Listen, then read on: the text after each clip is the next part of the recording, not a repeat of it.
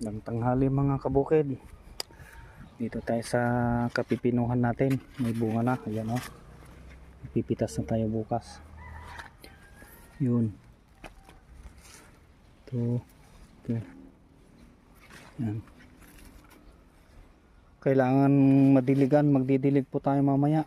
Kasi malalanta na agad. May mga bunga.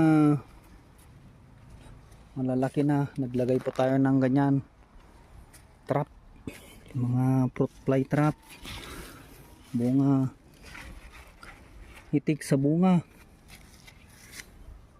Ito meron din doon, ayun oh. Ito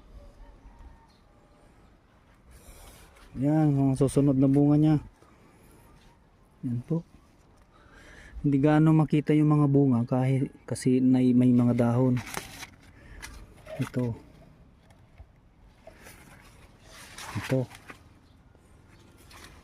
ayun na naman, sumayad pa sa lupa, diba? Ayun,